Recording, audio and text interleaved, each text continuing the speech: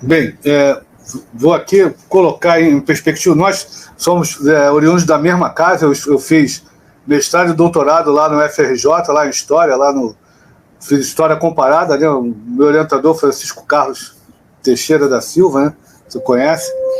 Então, já mais de 10 anos já de doutorado. E quando nós estudamos, sempre que nós estudamos a região, uma coisa que me chamou a atenção era que os extremos, eles se alimentam, né, desse ódio, né, e se alimentam das narrativas que são, se nós olharmos assim, procurando uma certa isenção, elas têm as mesmas origens e têm o mesmo tom. A diferença entre que um grupo terrorista, um grupo de resistência, seja lá como querem chamar, identificar, e o Israel, elas são muito semelhantes. Por quê? Porque os governos, né, que se seguiram ao longo desses anos também adotaram uma narrativa onde se nega a existência do outro, a partir da questão seguinte: se o outro continuar existindo, a minha existência, né, corre risco e eu corro. Nós fomos o quê? Seremos jogados ao mar. Essa expressão, seremos jogados ao mar, pode ver que são dos dois lados. E com isso, houve uma ruptura de qualquer possibilidade de acordo.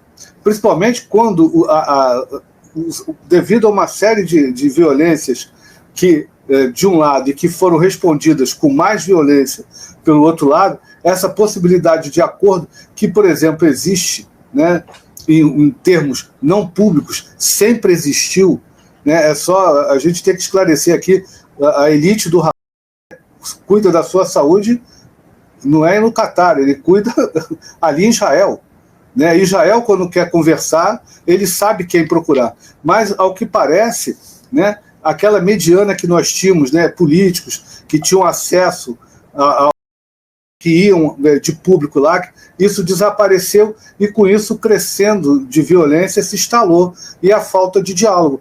Hoje, esse governo, nem na esquerda israelense, aquela que é mais conciliadora, o senhor vê contato com a liderança do Hamas.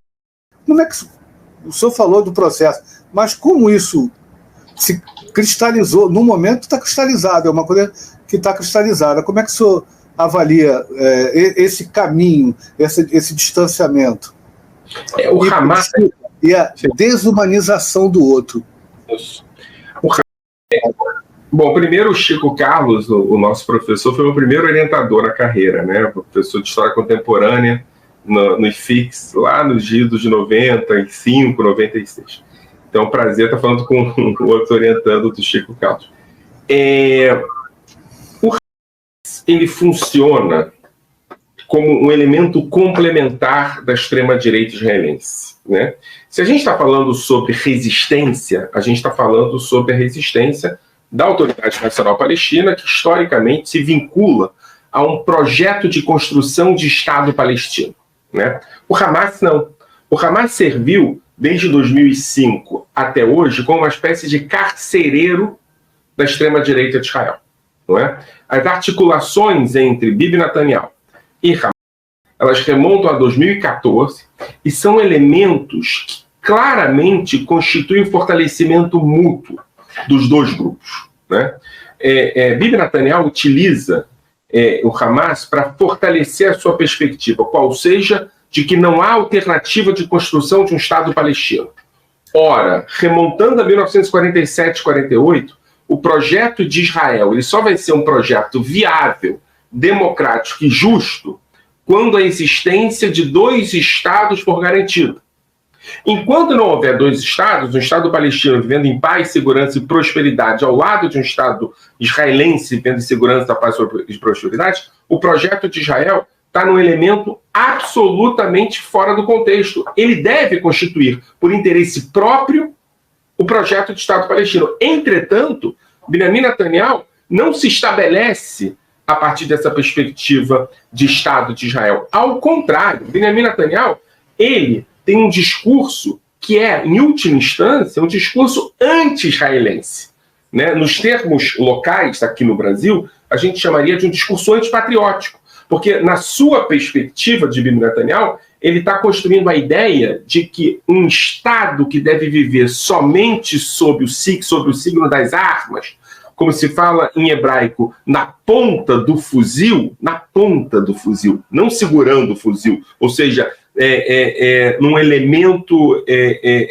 de ameaça constante da sua segurança, ele não está construindo um Estado, ele está construindo uma fortaleza, ele está construindo um elemento que impossibilita a vida normal, ele está construindo a ideia de que é preciso derrubar e resistir, e mais do que isso, ele está impossibilitando a democracia israelense, porque só a democracia, se você vive em paz, se você não vive em paz, o cara que discorda de você é teu inimigo, numa vida de guerra é essa, ou seja, Benjamin Netanyahu constitui o Estado de Israel a partir de uma referência que é uma referência inversa do que a democracia liberal nos apresenta. Na perspectiva de Benjamin Netanyahu, o Estado de Israel não é um Estado que possui um exército que possui um Estado.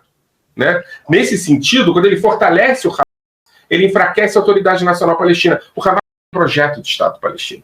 Um projeto de destruição de Israel. A gramática política do Hamas é de destruição de Israel. Mais do que isso, a gramática política do Hamas em alguns momentos, de maneira mais ou menos clara, de destruição do povo judeu. Nessa perspectiva, o diálogo com Benjamin Netanyahu é o mesmo, porque o projeto de Benjamin Netanyahu é a impossibilidade, ou a destruição da possibilidade da construção de um Estado palestino. Né? Ontem, o Benjamin Netanyahu falou isso pela 12ª vez, só que da maneira mais trágica, no auge da guerra, com a destruição de Gaza implementada, com a morte de militares israelenses cotidianamente, com mais de 130 reféns dentro de Gaza, correndo risco de morrer cotidianamente, Benjamin Netanyahu disse a seguinte frase: eu não vou deixar que um Estado palestino exista enquanto eu estiver no poder. Ou seja, a preocupação de Benjamin Netanyahu não é que a guerra acabe, não é que os soldados deixem de morrer, não é destruir o Hamas, não é sequer o retorno dos reféns. A preocupação de Benjamin Netanyahu é que um Estado palestino não seja constituído. Agora, vejam bem, o projeto do Hamas não é a construção do Estado palestino. É, em última instância, a permanência também, tal qual Benjamin Netanyahu, num estado de guerra constante que justifica a existência de um grupo extremista como ele.